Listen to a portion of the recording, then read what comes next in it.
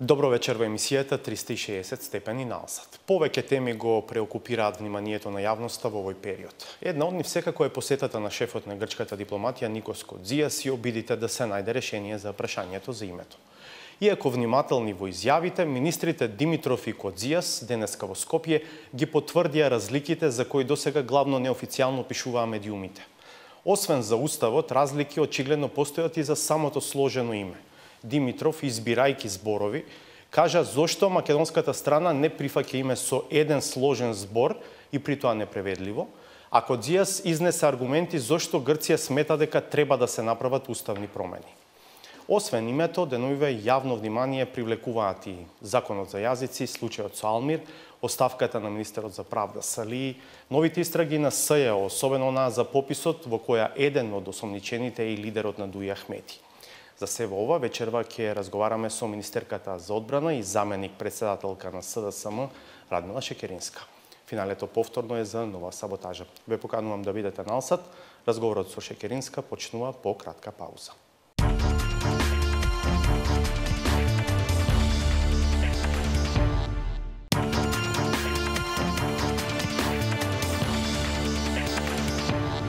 Гледате 360 степени. Добро вечер и добре дојде и велам на Радмила Шекеринска, министерка за одбрана, заменик председателка на СДСМ. Благодарам што сте со нас. Добар ден. Вчера се вративте од посета на Турција.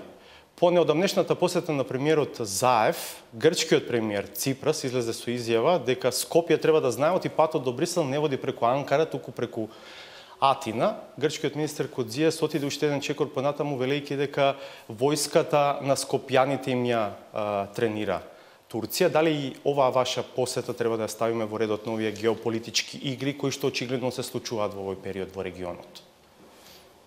Не за да балансирам, ама на емисијава доаѓам откако денеска присуствував и на приемот во грчката амбасада, односно канцеларија на врски, што покажува дека Македонија води политика во која сака да гради добри и пријателски односи со сите своји партнери. Членството на Македонија во НАТО и во Европската Унија подразбира дека патот кон Брисел минува низ многу главни градови. И тука е и Атина, тука е и Анкара, тука е и Вашингтон, тука е и Берлин и Париз. Анкара за НАТО, можеби, за ЕУ не толку. Затоа велам, бидејќи овие две наши стратешки цели зависат од консензус на сите членки на двете семејства, НАТО и Европската Унија, ние не смееме да си го дозволиме луксузот да занемариме фактори кои можат да влијаат на последната одлука. На вистина Турција има нешто со тренирање на нашата армија? Во сиве овие 20 и повеќе години од македонската независност и развивање на собствените вооружени сили, Турција е, точно е тоа, втор партнер после Соединетите Американски држави во дел на воените партнерства.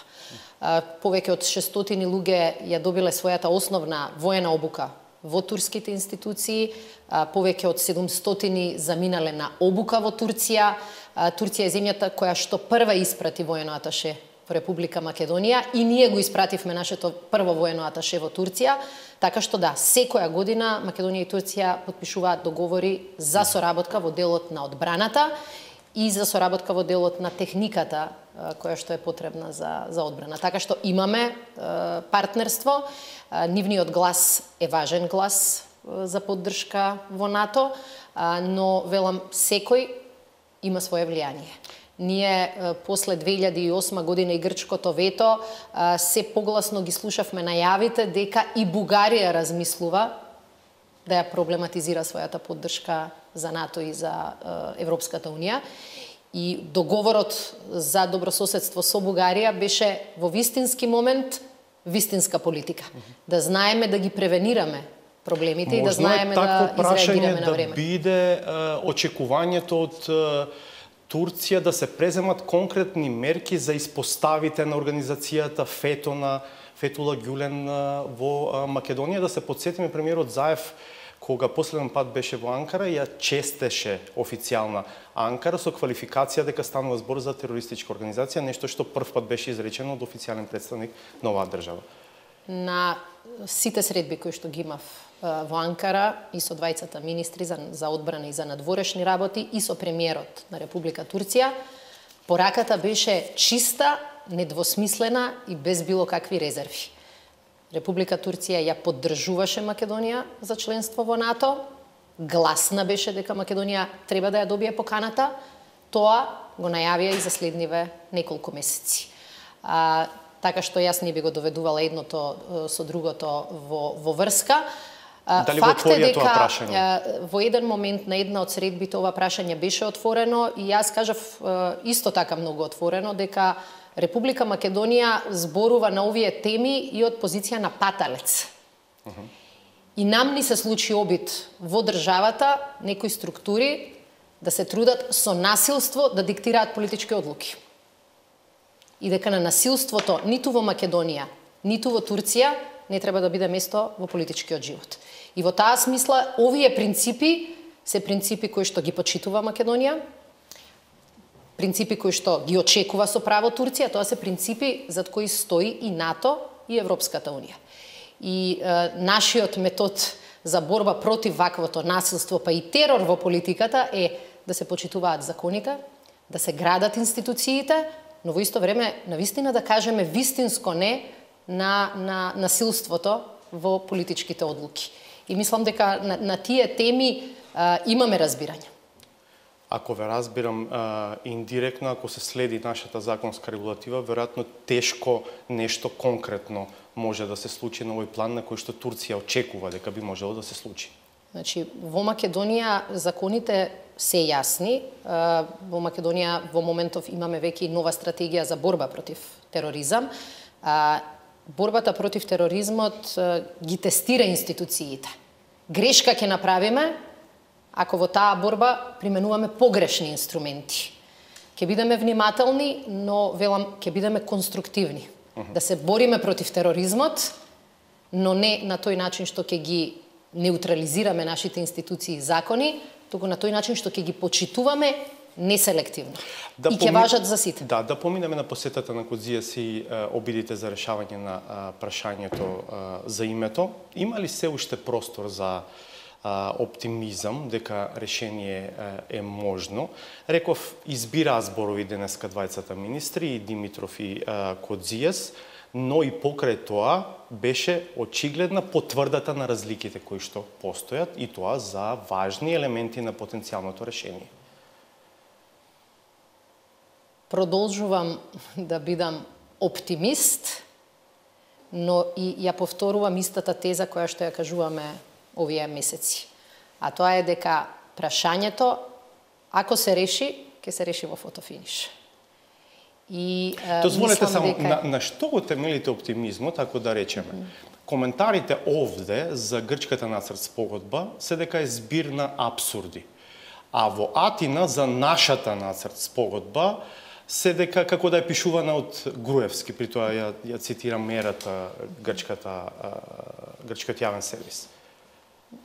Во денешните изјави мислам дека двајцата министри многу елегантно ги дефинираа овие коментари, односно ги реагираа по коментарите, и мислам дека тоа беше грчкиот министер за надворешни кој рече да, спогодбите кои ги подготвија грчката и македонската страна се практично позиции на грчката и на македонската страна. И дека тие се основата од која ќе треба да сработиме решение, а потоа тоа решение во форма на предлог спогодба ќе ја подготви Нимиц. Што мислам дека е одличен пристап од страна на двете страни и на двете влади, бидејќи тоа е улогата на Нимиц како медиатор. И многу е добро што после иницијалните резерви, дали создавањето на две спогодби ќе го загрози процесот во Обединетите нации, дали ќе го исфрли Нимиц од играта, мислам дека на денешната пресконференција двајцата министри ставија точка на таквите шпекулации. Сигурни сте во тоа, бидејќи Кодзијас е прилично неконзистентен и непостојан во своите изјави, не знам дали свесно или несвесно. Меѓутоа, човек не е да се клади на тоа што денес го изјави во Скопје дека веќе утре ќе го повтори во Атина. Наша задача е ние да бидеме конзистентни. Наша задача е ние да ги браниме нашите позиции и наша задача ќе биде да избереме на кои теми Македонија ќе продолжи да покажува компромис, флексибилност, а на кои теми треба да се држиме цврсто на своите позиции. Умешноста во овој процес нема да зависи само од тоа што се случува зад затворени врати. Ке зависи и од тоа каков ќе биде впечатокот на сите оние кои што го анализираат процесот и кои што имаат влијание. Земји членки на Европската унија, НАТО, земјите членки на НАТО. Знам на што алудирате, но на крај нема ли да се случи сепак ако нема решение, тие едноставно длабоко да воздивнат и да кажат да, тоа е. Но против ставот на Грција не можеме. Членка е на ЕУ, членка е на НАТО, важна стратешки држава во регионот и тоа е тоа. Немам дилеми дека нема никој повеќе да биде загрижен од нас и Грција. И не треба да очекуваме некој друг да ги извади врелите костени или да издиктира решение место нас. Тоа секогаш сум тврдела дека решението е можно не ако некој супермен ни го даде, туку ако двете страни стратешки се определат за наоѓање решение. И ќе зависи и од нас, ќе зависи од грчката влада.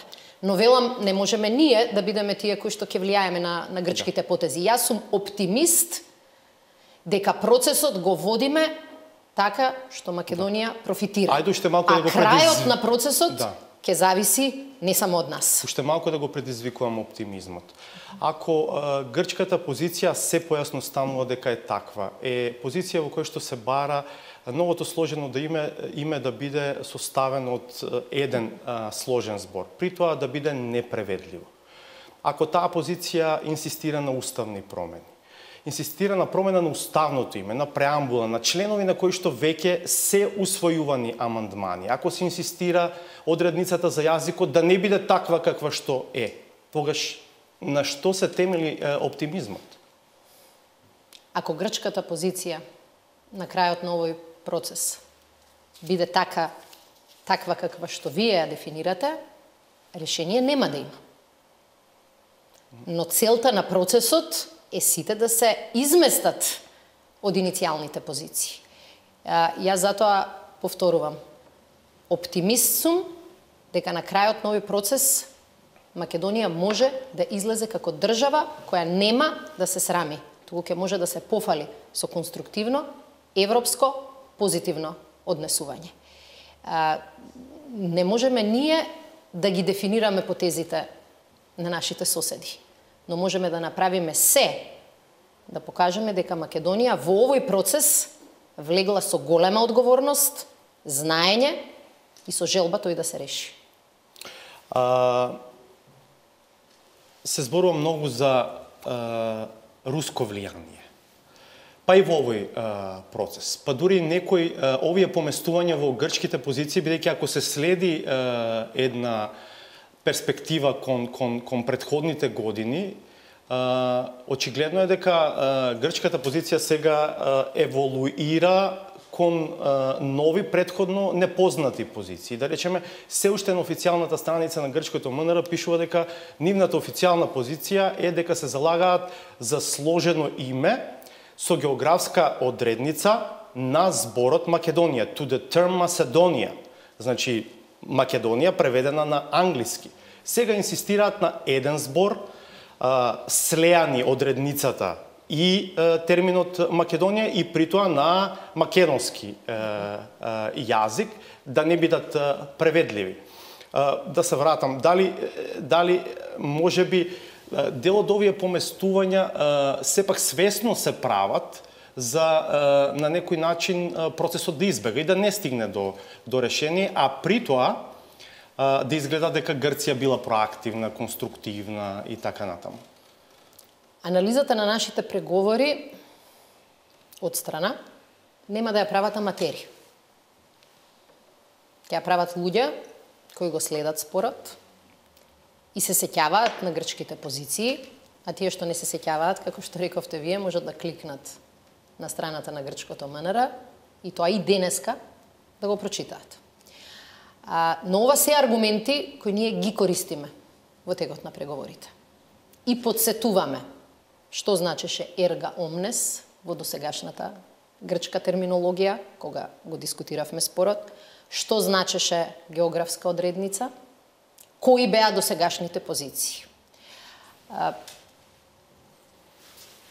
Она што паѓа во сенка на се во ова е дека Македонија навистина не само со зборови, иако и зборовите се важни, туку и со конкретни чекори на домашен план, на план на домашни реформи, меѓутоа и на план на меѓусебни односи со Грција и со другите соседи,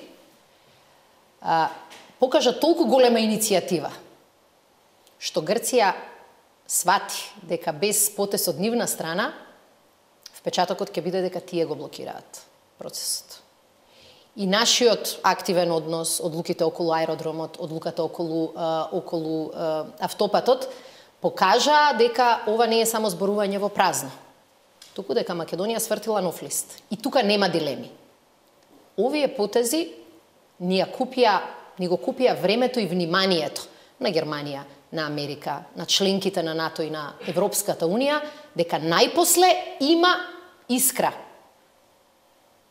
на акција која што може да предизвика промена на Балканот, која нема да влијае само на Македонија, ќе влијае на целиот регион, и која нема да влијае само сега, туку ќе влијае во следните 10 до 15 години. Добре, разбирам, но во таа игра на тоа кој е виновен?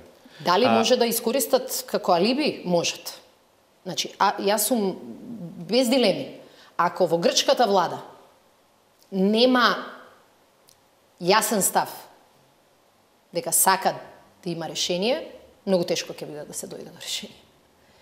Но факт е дека сега веќе Македонија не им ја олеснува задачата, како што им ја олеснуваше изминативе 10 години, да блокираат, а да не бидат сметани за виновници. Да, ама на Македонија треба решение, а не и треба став, ниту на Вашингтон, ниту на Брисел, ниту на Берлин, дека Грција е крива што нема решение. Да, но опасноста дека во случај на неуспех прстот, вината, одговорноста ќе остане на грчка страна, ќе влијае на преговорите позитивно. Затоа што ако сите ние велиме, па добро, ако успеат преговорите добро, ако не успеат, ништо страшно, тогаш нема да биде возможно да се приближат ставовите. И Македонија, и Грција треба да чувствуваат дека има што да изгубат во случај на неуспех. За жал, ние ќе изгубиме повеќе.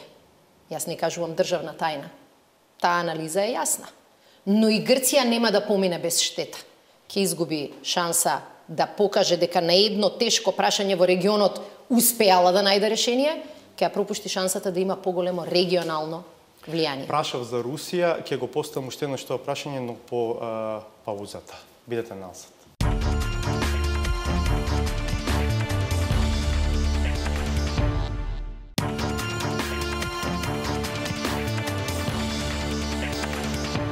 Го продолжуваме интервјуто со Радмила Шекеринска, министерка за одбрана, заменик председателка на СДСМ, околу Русија и нејзиното влијание и на овој процес за решавање на прашањето за името.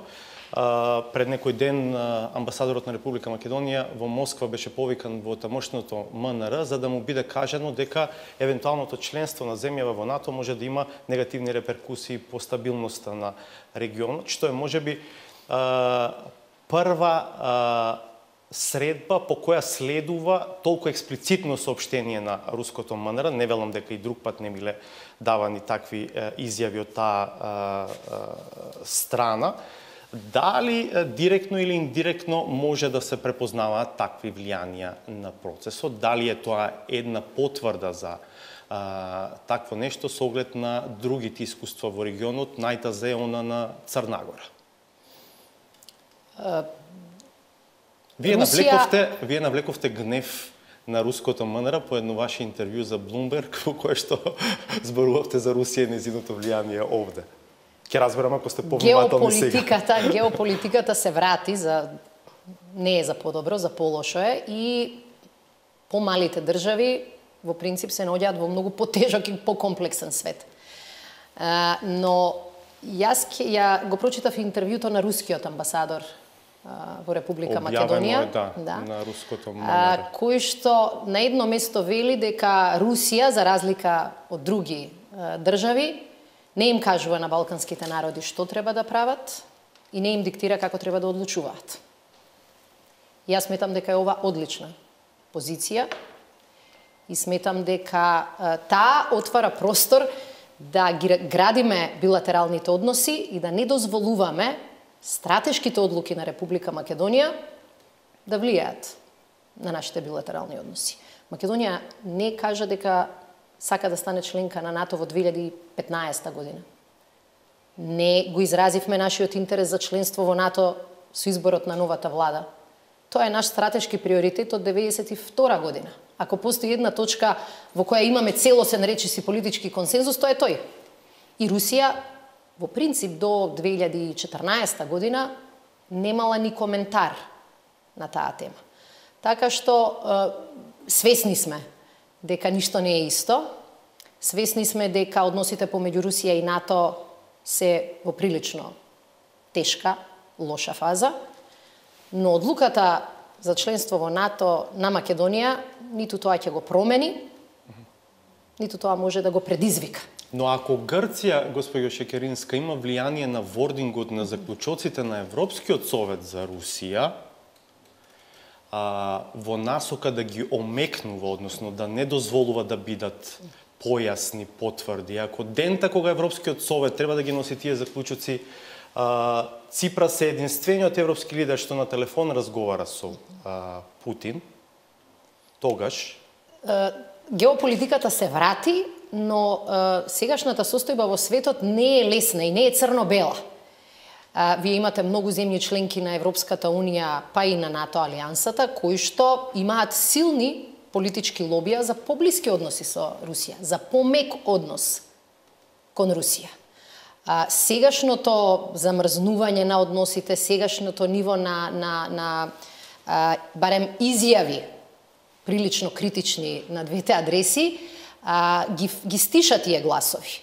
Но факт е дека вие имате политички партии во Италија, во Германија, во Франција, кои што сметаат дека и НАТО и Европската Унија треба да го ревидираат својот однос кон Европската Унија. Сегашната политика на Русија помалку влијаеше тие гласови да немаат многу аргументи. Но, само уште ова ќе кажам. Факт е дека Република Македонија за овие теми многу искрено разговарала и со Русија, и со НАТО земјите членки. По-конкретно прашање. Има ли официјална Москва своји активни келии на терен, на територија на Република Македонија, кои што работат активно, да нема решение за прашањето за името и оваа земја да не влезе во НАТО? Активните келии се лесниот дел од задачата или лесниот дел од проблемот. Не. Секаде каде што би постоеле, тие би биле дел од активности од кои државата се штити. Но она што станува јасно е дека не за изборите или за одлуките на Македонија за НАТО, туку за едно крупно прашање како што се избори во Соединетите Американски држави, во Франција, во Германија, веќе е лоцирано влијание од страна на Русија околу можниот победник. Да не гаиме илузии дека тоа баш во Македонија не може да се случи. Дури мислам дека не сме свесни за се она што се случува не само во Македонија, околу нас, како да сме, како велат, во окото на торнадото. Мислиме дека ништо не се случува. Погледнете само на главната истрага која што го вклучува Facebook, се спомнуваат 4-5 земји, една од нив е Македонија. Дека лажните вести, продуцирани и ширени на Facebook од Македонија, имале влијание на изборите не во регионот, клучните светски сили. Така што, тие влијанија, тој тип на хибридна војна, тој тип на хибридни влијанија, постојат и во Македонија и мислам дека не треба да бидеме наивни, но не треба и да ги пренагласуваме. Се согласувам со вас дека во моментов Русија повеќе може да влијае на спорот наш со Грција преку Грција, отколку преку своји влијанија во Македонија. Некои креатори на јавното мислење подолго време ве предупредуваат дека во случај овој процес да не успее, треба активно, паралелно со ова да работите и на план Б. Особено што се чини дека на вистина можеби ова е главната карта на која што игра оваа влада. Чув критики или коментари дека владата немала фокус. А од друга страна, кога ќе отвориме било која тема, главната критика е зошто и во оваа област работите не се менуваат преку ноќ. Владата не смее да си дозволи да се фокусира ниту на еден план, ниту на една тема, заради тоа што на сите места ситуацијата која што ја наследивме беше алармантна. Ние ја повторувавме реченицата заробена држава, ама она што видовме после 1 јуни минатата година не е само заробена држава, туку целосно разорен систем. Но госпожа Шекеринска, впечатокот е дека да, можеби сте секаде, но како де факто да не сте никаде. Впечатокот е дека можеби многу зборувате за реформи, а дека во пракса не се чувствува ништо од тоа. Ајде да пробаме. Дека животот би останал само една неисполнета изборна флоскула. Ве сваќам, меѓутоа, ајде анализирајте го колку внимание и од страна на медиумите, а може би наша грешка и од наша страна, се посветува на прашањата кои што се зад нас. Минималната плата се зголеми во првите 3 месеци од владата. 4% е зголемена просечната плата во Република Македонија. 10% се зголемија платите на сите припадници во армискиот состав. Се укина радиодифузната такса, се укина екстерното тестирање, се воведе ефтина тарифа на струјата, се реши проблемот на негдека до 5000 стечајци. Новиот закон за високо образование предвидува автономија не само на универзитетот, туку и плурализам во студентското организирање, што беше тема која што ги предизвика првите протести во оваа држава, студентските, кои што покажаа дека незадоволството реално постои. Со законот за поддршка на инвестициите ги изедначуваме домашните со странските инвеститори. Со последната седница на влада се воведува зелената поевтина нафта за земјоделците. И вака можам да зборувам за многу работи кои се согласувам дека паѓаат во сенка на овие крупни теми. Да, има еден впечаток дека, например, и прашање при тоа, зошто истата решителност, да речеме, за која што сведочевме при повторното носење на законот за јазици, не можеме да ја видиме на тоа ниво решителност при потребата да се носат други реформски закони во парламентот. Самата влада констатира, да речеме, тој реформски план 369, дека добар дел од тоа не е исполнето. Ке кажете да, поради состојбите во парламент, поради желбата да бидете отворени и за ставови на опозицијата, поради обидите преку работните групи да ја добиете нината поддршка и така натаму. Но факт е дека таква посветеност не видовме за други закони. Минималната плата се покачи со носење на закон за минимална плата. Проблемот со стечајците се реши со носење закон за решавање на проблемот. Радиодифузната такса се донесе со измени на законот. Сите овие работи значеа и носење на закони. Но факт е дека неколку закони моравме да ги тргнеме настрана, оние кои бараат, например, двотретинско мнозинство, не за тоа што не наша желба. Барем владата има доволен број на аргументи да сака побрзо тие работи да се завршат. Но решивме дека ќе ја почитуваме процедурата и закон кој што треба да се донесе со двотретинско мнозинство нема да го направиме како што го правеше ВМРО ДПМН. Донеси го законот, стави го на дневен ред и обвинува ја опозицијата дека ги кочи реформите. Но има закони за кои што не треба двотретинско мнозинство, а не ги носите и Но што ќе се случи ако ние законот, например, за ОТА, можеме да го донесеме со просто мнозинство? Што ќе ни е законот за ОТА ако не можеме да го промениме законот за следење на комуникациите кои барат двотретинско мнозинство? Тоа ќе значеше дека сме се заразиле од ДПМН-овскиот вирус. Дека сакаме ние да се представиме како добрите, наместо да ја завршиме работата. Во Македонија во овие 8 месеци нема ниту еден денар и ниту еден секунд владини реклами. Проблемот кој не доведе до дереджето кое го видовме во 2015 година. Во овие 8 месеци немаше тефтерче на новинари кои добиваат повици од владини уредници на медиумите. Но имаше обвинување, да речеме, за тефтерчиња на новата власт за избор во судскиот совет. Имаше забелешки за начинот на кој што го изведовте изборот на новите директори на проформа конкурс, иако ветувавте поинаков пристап. Значи, јас кажувам дека во милионте проблеми на некои работи можеме во првите 8 месеци да покажеме резултат. Дали можеме во првите 8 месеци се да решиме? Па тогаш мандат на една влада ќе беше 8 месеци. Немаше да биде 4 години. Во овие 8 месеци почнавме да се занимаваме со работите кои или гореа, или кај кои политичката волја беше доволна. За укинување на владините реклами доволна беше политичка волја.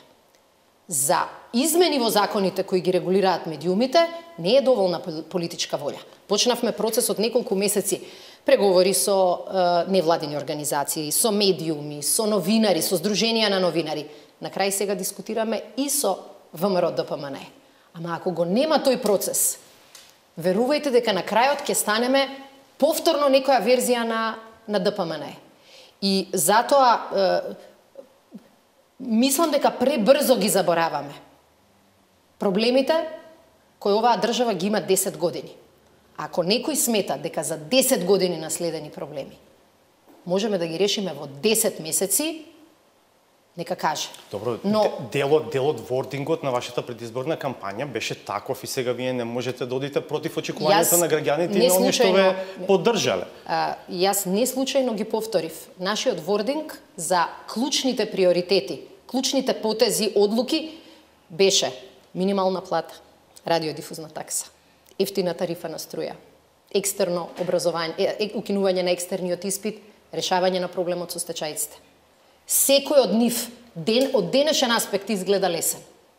Ама 10 и повеќе од 10 години некои од тие не се решавани или се создадени во меѓувреме.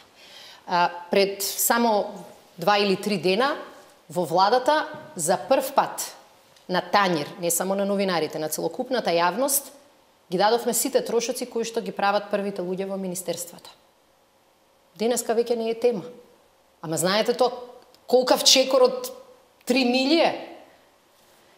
Тоа покажува дека владата нема што да крие и тоа покажува дека владата секој ден ќе биде изложена на поголеми притисоци, поголемо тестирање, поголема критика. Ама знаете, например, во меѓувреме ќе ви се случи Бекир Асаније, вие сте полни со зборови за владење на право. Ќе ви се случи Лаза Еленовски, зборувате за професионалци со кои што сакате да ги пополните позициите, еве и во дипломатијата. Има такви случаи кои што го подкопуваат она за што вие зборувате дека наводно ви е фокус. Дали е се решено? Не е. Ама да не дозволиме перфектното да стане непријател на подоброто. 10 месеци немаме како влада. И не е, јас би рекла, не е рационално да се очекува дека во еден момент само со политичка волја сите овие работи ќе исчезнат. Во организирани држави со долга демократска традиција се случуваат проблеми. Битно е како се реагира. Ние, например, помина незабележано во јавноста дека од сите амбасадори за кои што владата донесе одлука и ги испрати кај председателот и тој мислам дека ги подготвува указите, за прв пат имаме ситуација сите да се искусни дипломати од Министерството за надворешни работи. Но некако го губиме тоа предвид. Ова сево го кажувам за да не дозволиме цело време фокусот да ни биде во нерешените се уште прашања. Затоа што ред некаков мора да има. Прво мора да почнеме со првото, па со второто, па со 10-тото. Ако велиме заробена била државата, со указ ли ќе ја ослободиме? Процес мора да биде. И нашата одлука да не влијаеме на судството, да не брзаме со дел од законите, и со цел да не бидеме изложени како држава повторно на истата критика и ние како луѓе. Дека на мускули се тера реформата и сега некои други суди ќе бидат натерани да судат на некој нов начин. Законите, Советот, например, за утврдување на факти е укинат со закон. И секаде каде што мислевме дека владата може сама да тргне напред, без консултации, без дополнителна согласност со опозицијата, тоа го направивме. Меѓутоа, обично владите се критикувани дека не се консултираат. Ова е прва влада која мислам дека многу се критикува затоа што многу се консултира. Зошто не успеавте да го убедите Брисел дека се потребни подлабоки резови, особено во делот на персоналниот состав на судскиот совет, бидејќи тоа е организацијата, институцијата кон која што беше насочена главната критика во минатото. Сега таа не се допира и гледаме што се случува во меѓувреме. Дел од коментарите се дека се случува едно сончогледово вртење на судството сега и обид да и се допадне на новата извршна власт. Стратегијата за реформи во судството воопшто нема амбиција да биде плитка. Ако се гледаат сите елементи, овие реформи можат да бидат многу длабоки и многу сериозни. Се ќе зависи од тоа како во секоја фаза ќе бидат спроведувани. Ние во моментот дискутираме, прво дискутиравме во влада, сега и со ВМРО ДПМН околу измени во законот за судски совет. Меѓутоа, тоа е само една од трите планирани промени на законот, кои што ќе се случуваат во фази и ќе подразберат, да кажам, таргетирање прво на приоритетите околу кои немаме дилеми, а потоа и прашања од типот на дисциплинска одговорност и така натаму и така натаму. Впечатокот на Европската комисија дека евентуален реизбор на сите судии може да биде лош по Македонија, е делумно предизвикан и од различните искуства во Албанија. Таму отидоа со тој така наречен ветинг процес. Тој може би беше неопходен исто во Албанија, но ги видоа и негативните страни. Но не зборуваме за тоа, зборуваме за промени во судскиот совет. Судскиот совет исто така ќе се сметаше не дека е сончоглед со ист состав, туку дека судиите и членовите на Советот на ВМРО ДПМН, кои што ги чувме како гласале, како одлучувале, ги гледавме, сега само се сменети со некои други имиња и презимиња, но однесувањето е исто.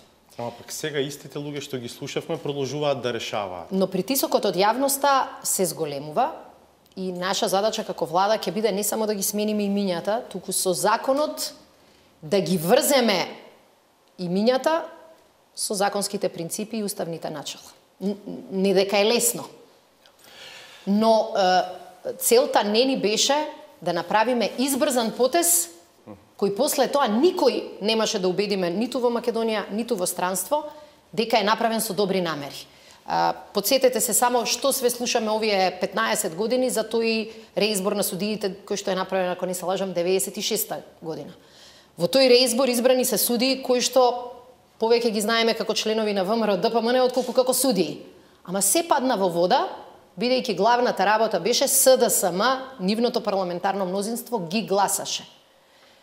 И ние сакавме да има нов судски совет. И подобро ќе беше за впечатокот кон владата. Ама што ни е побитно во овој момент? Да има добар впечаток за владата или да има добар впечаток за Македонија?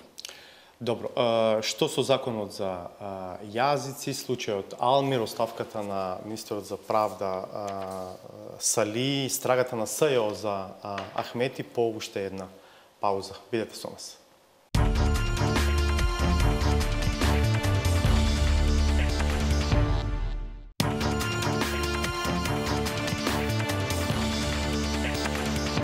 Го продолжуваме разговорот со Радмила Шекеринска.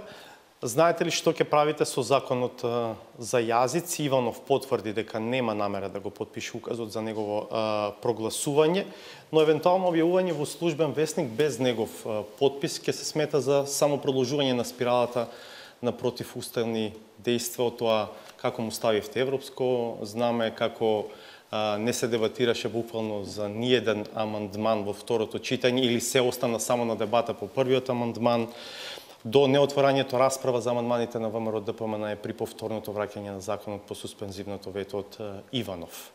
Што ќе се случи со законот?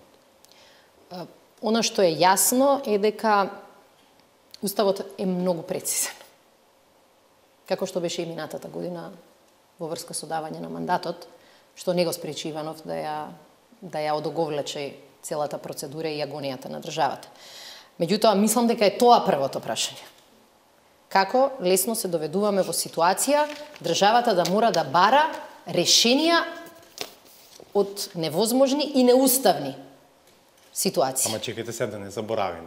И ставот 3 од членот 173 од деловникот на ВМРО ДПМН им дава право да поднесат амандмани за укажувањето на претседателот. Како што другиот став прецизира дека амандманите мора да се однесуваат само на промени кои што настанале во првото и второто читање. Но зошто спикерот тогаш ги повикуваше претениците на ВМРО да поднесуваат амандмани, повикувајќи се дури Мислам на дека е тука двата грешката. и на двата члена? Мислам дека е тука грешката затоа што стана јасно. А зошто не се увиде грешката на почетокот, па да имавте јасен став од самиот почеток дека е тоа неделовнички. Вака оставивте просто, имаше политички договарања, натегања, дури и самиот спикер од една страна се обидува деловнички да го објаснува своето однесување, од друга страна самиот признава дека преговарал со ВМРО ДПМН. Мислам и он нека реши сега што е вистината. Спикерот кога ќе дојде ќе си ја образложи својата позиција. Она што на сите кои што го читаат Уставот, не што го знаат, кои го читаат Уставот им е целосно јасно и дека во моментот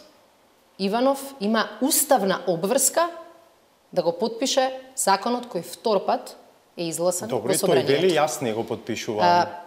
Една од судиките во Европскиот суд од Македонија, господја Лазарова, многу јасно, која не може да биде обвинета дека има преференции идеолошки кон владата на Република Македонија, вели претседателот мора да го почитува Уставот и да го подпише законот. Клучната дилема е зошто Иванов, кој тврди дека законот не го подпишува затоа што бил во спротивно со Устав, зошто тој не е првиот кој ќе го подпише, ќе го оспори на Уставен суд или ќе го прати во Венецијанска комисија, како што владата кажа дека ќе оди. Оваа ситуација смета за побезбедна. Без негов указ нема закон. Знаете како, ако кршењето на Уставот е најбезбедна опција на претседател на држава, тогаш ние имаме сериозен проблем. Не со Уставот, туку со претседателот. И ова не е можда прв пат да кажам такво нешто. Пазете, претседателот вели совеста му налагала да не го подпише. Значи, совеста му налагала да го прекрши Уставот. Ако задача на претседателот, согласно уставотворците и согласно оние кои го изгласале Уставот, била дека претседателот на државата е тој кој што го дава пасот дали е одредена материја уставна или не, тогаш Уставниот суд ќе беше сместен во претседателската вила наводна. Добро. Но замислете каков, значи проблемот сега е дека создаваме преседан кој за секој закон може да значи дека законот не го носи собранието, туку го носи делот од извршната власт. Ама само констатираме каква ситуација имаме. Што ќе се случува со законот за јазици? Тоа е главното прашање сега. Ако не констатираме каква ситуација имаме на вистински начин, ќе погрешиме и во потезите понатаму. Ние не сакавме во ниеден момент никаква влада, па еве сега зборувам и како СДСМ, како дел од парламентарното мнозинство, да отвориме прерано дискусија што би било кога би било. Оти тогаш ќе поттикнеме најкреативни верзии на толкување на Уставот.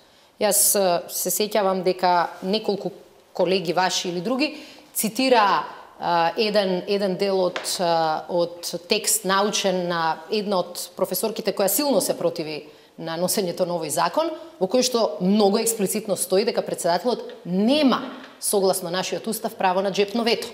Но председателот во го крши, истиот текст, председателот го крши уставот.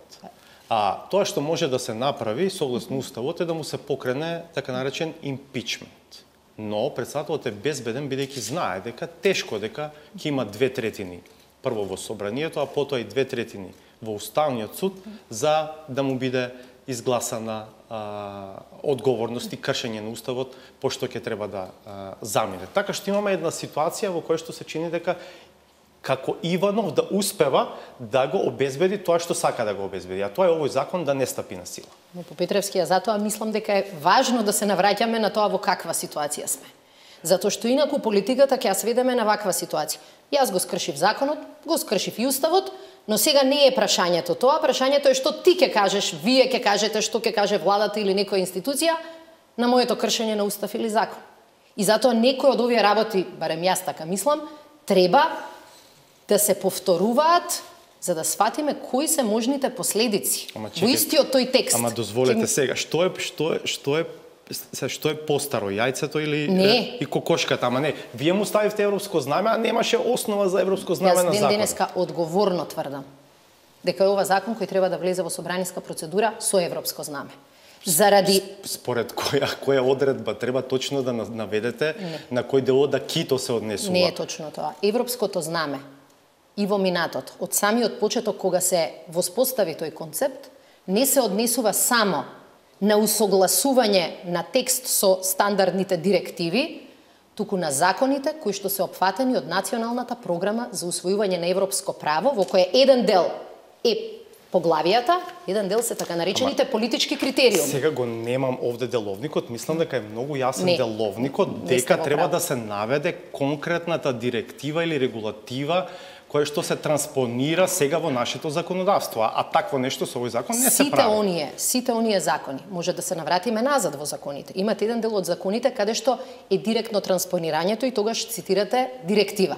Има дел од законите кои што се прават врз база на европски стандарди и принципи, како што е, например, конвенцијата која што се однесува на употреба на јазиците, каде што немате транспонирање директно. Меѓутоа, имате политички стандард, политичка вредност која ја пренесувате во својот закон. Например, зарем сметате дека основните закони, кои што ги правевме во делот на и претходните судски реформи, се помалку важни за нашето членство во Европската Унија од законот за фитосанитарна инспекција? Сите закони кои беа дел од Националната програма за усвојување на европско право добиваа европско знаме. Но да се вратам сега назад. Во истиот текст каде што се коментира дека председателот нема право на джепно вето, таков е нашиот устав, се коментира и фактот дека владењето на правото не треба да го замениме со владење на еден човек. И мислам дека тој суштински принцип, дека председателот кој е дел на извршната власт не може да стане и собрание, и уставен судија и да продолжи да биде председател. Добро, но на невозможна мисија, но не треба да бараме идеални решенија. Сега ќе го објавите законот во службен весник само со подпис на председателот на собранието, тоа ќе биде основа за оспорување и на указот, и на законот, и сето тоа ќе влезе во една нова спирала на политички турбуленции на кои што не може да им се види точно исходот и насоката во која што ќе одат. Денеска сум внимателна, исто како што сите ние одлучивме да бидеме внимателни во изминативе 9 дена, ако не се лажам, од моментот кога законот беше донесен. Внимателна сум заради тоа што за вакви теми, и сега веќе не зборам јазици, за вакви теми од типот на која власт, според уставот, која одговорност носи, се теми во кои денешната импровизација може да ви изгуби следни 5 години и да ви создаде 500 такви ситуации.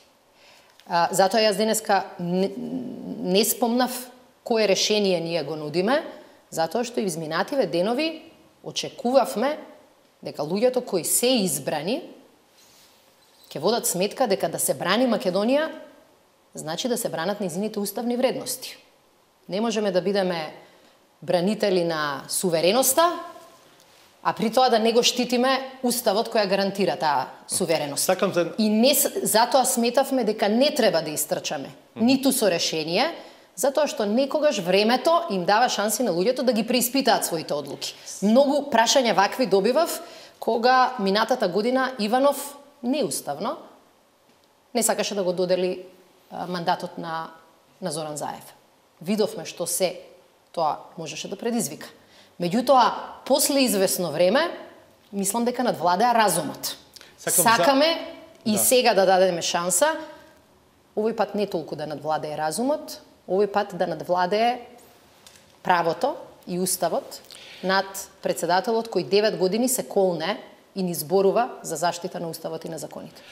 Сакам за една друга теза која што ја лансираше Джевдет Хајрадин, поранешниот министер за финанси, креатор на јавното мислење, колумнист, пред неколку дена излезе со теза дека Ахмети прави се за да го спаси Груевски, при тоа алудира и на овие случувања поврзани со законот за јазиците, инсистирањето на ДУИ што побрзо да се донесе тој закон. Вие бевте дел и од првата влада на СДСМ и ДУИ. Имате ли чувство дека повторно, како и тогаш кога целосно се вложивте во имплементирање на рамковниот договор, својот политички кредит повторно го трошите на ДУИ и го зачистувате теренот на ВМРО ДПМН од овие тешки политички прашања?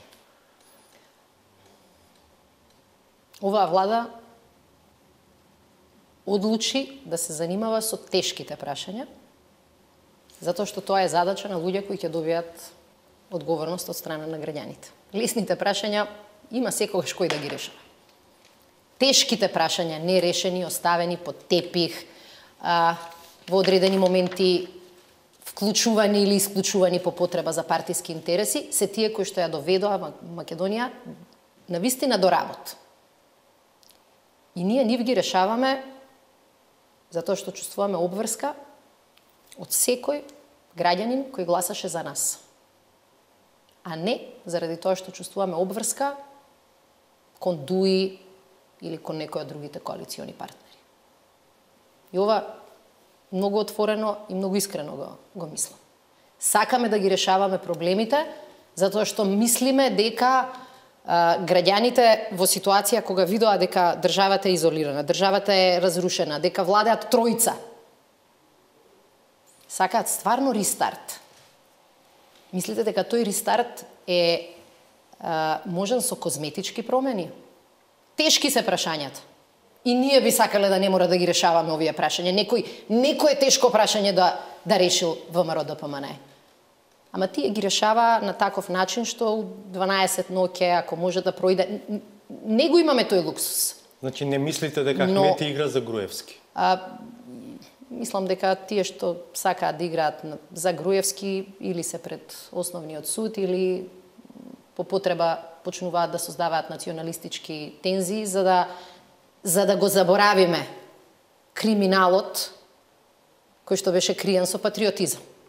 Така што секој од нас има своја одговорност. ДУИ си има своји обврски према своето гласачко тело, но во овие одлуки навистина се трудевме диктатот да ни биде од оние кои што ги слушаме, оние кои ги слушавме. Да, немаме уште многу време. Потрудете се на следните неколку прашања да бидете по-концизна ако можете во одговорите. Имате ли разбирање за образложението на оставката на министерот за правда Билент Сали? Во години на заробена држава не видовме ни една оставка од министер на ДУИ поради постоење на селективна правда. Тоа беше образложението на господинот Сали кога си ја даваше оставката. Поврзана со случајот Алмир, ќе ве прашам и за тој случај. Можам да ја разберам, не можам да ја прифатам таквата аргументација. Тоа е како да кажам лута сум на грците поради можно блокирање на нашето членство во НАТО и ЕУ и во знак на лутината или во знак на иритираност од тоа, давам оставка. Не избрале, затоа што тоа прашање треба да се решава. Го избрале собранието, министерот за правда, за да ја решава селективната правда, која реално е дел од нашите проблеми, констатирана од граѓаните, констатирана и од меѓународната заедница. Сега тука може да се извлече една, да кажем, логична линија кон тоа дека еве и оваа влада не направила ништо или не направила доволно за да не постои селективна правда, и тоа во која смисла? Државниот обвинител е избран по предлог на владата на Република Македонија. Сали е дел од владата на Република Македонија, а во целиот случај проблемот е во преквалификацијата на делото кое што ја прави јавното обвинителство. Замислете да не сме ние министри, министерот за правда не е министер за правда, туку е, не знам, селектор или тренер на фудбалска репрезентација. Добива фудбалска репрезентација која е на последно место во лигата. За 6 месеци тоа ќе биде шампион? Нема да биде. Затоа велам, разбирам, сите би сакале преку ноќ да го реформираме судството, да бидеме реални, тоа е невозможно.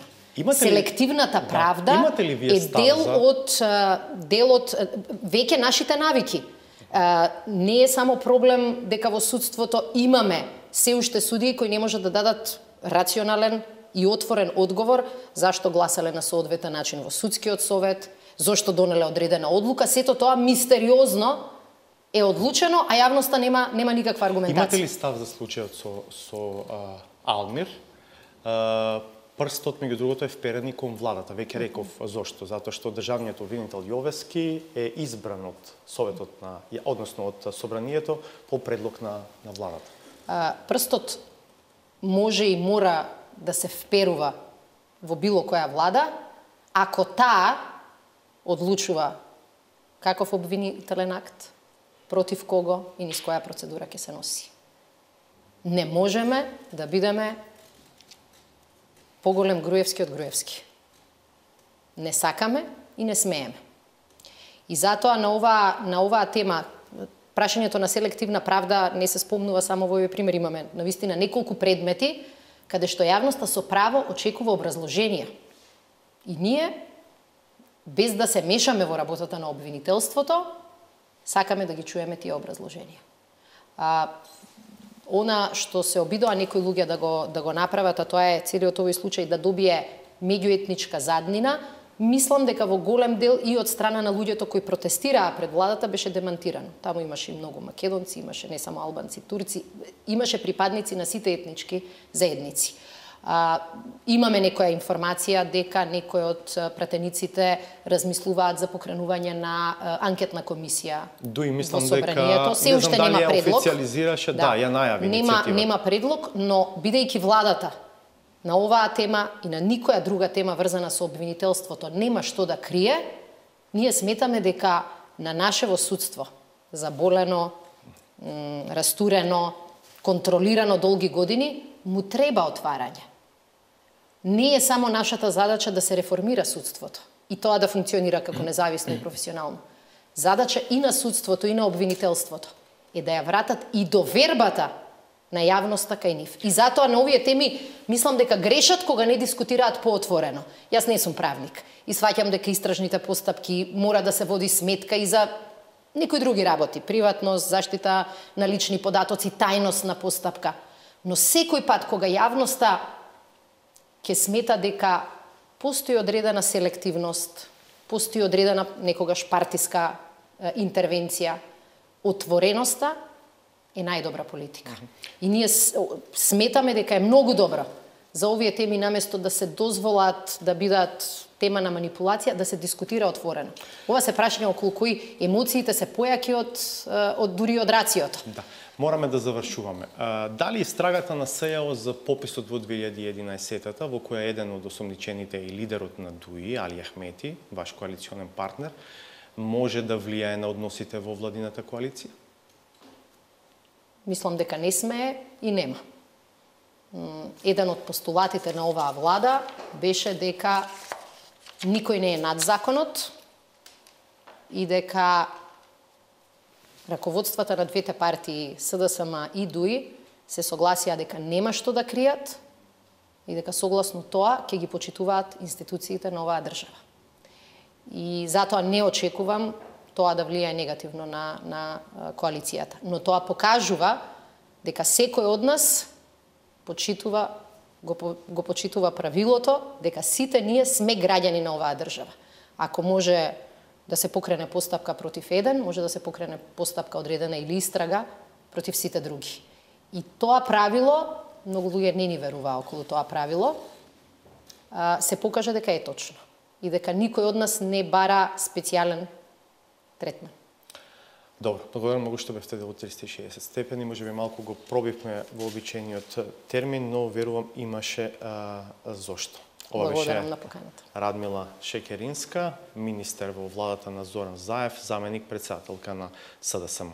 До крај останува да видиме уште саботажата.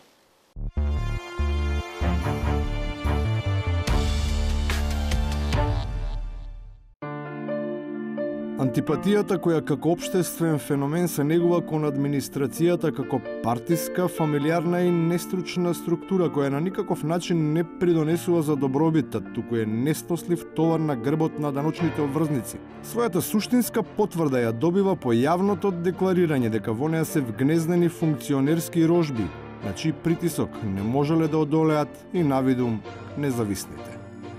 Знаете како е. Сега, ако некој се јавува еднаш, ќе му кажете, ќе се обидете некако културно, да го одбиете втор пат, трет пат, па председател на собрание, што да прави? Практичниот пример дека не помага убавината, туку упорноста го прави невозможен обидот на која било власт да се одважи и да каже стоп, па и покрај силните предизборни програмски определби, соочена со актуелната контаминација на органите, дополнително усложнета од партиските барања за редоминација во службите, се ужаснува од самата идеја за реализација на можеби неголемата потреба на државата. Го мрзам зборот реформа на администрација. Го мрзам. Оттаму е прифатлива тезата на академската Фела, која со искрено жалење гледа на тоа што се случува и е сосема свесна за баластот кој натежнува на гарнитурата. Но во неверица фрла сомнеш врз капацитетот, градирајќи ги своите импресии за зафатите кои се преземаат, ама не врз квалитативна, туку врз генерацијска, старосна основа. Кога ги слушам младиве министри, ми доаѓа да заплачам. Сепак не треба да се исклучи одговорноста за состојбата токму на оние кои постојано леат солзи, а на индиректен начин со креирање решенија кои дозволуваат такво поведение, активно придонесувале за тоа трупање кое и ним им создава хаос во главата. Затоа и расплаканите треба да погледнат наоколу и да бидат подсетени дека изворот на таа силна емоција понекогаш треба да се бара и на катедрите, од каде биле нарачувани реформските прописи. Може би проблемот е што едни исти луѓе многу време ги пишувале законите, а без да има никакви резултати. Единствен евидентен резултат од законите има само тогаш кога политичарите сами си ги договараат. Мислејќи дека ќе се спасат формулирајќи норми за очекувано полесно бегство од вистината, во зенитот на својата моќ тие со својот подпис си ја определиле судбината, па создале тим кој сега играјќи токму на нивниот терен, отворено им го најавува својот триумфален поход кон врвот на правдата. Таму ние победуваме 100-0. А за Титаник? 200-0. Спрема тие 4 обвиненија што ги има против Груевски досега и за тие 4 што се доставени и потврдени, мислам дека некаде сигурно поединечно или вкупно за сите некаде околу 25 години затвор. И на крајот, ваквите прогнози придонесуваат се потрагично да изгледаат обидите за правење комедија. Наредната истрага ќе биде отворена за работа, например, дека некаде сум ручал и на сред ручење сум морал да станам и да заминам, па сум направил штета на буџетот што сме го платиле целото јадење, а јас себе на средина сум станал, сум отишол да ручам. Без оглед кој кога станал, првата лекција не само во економијата, туку и во животот е дека бесплатен ручек нема. Неважно од тоа дали ама баш се што било надробено, било исркано. Гледавте 360 степени. Благодарам што бевте со нас. Ке се видиме повторно в понеделник од 22:30. Пријатно.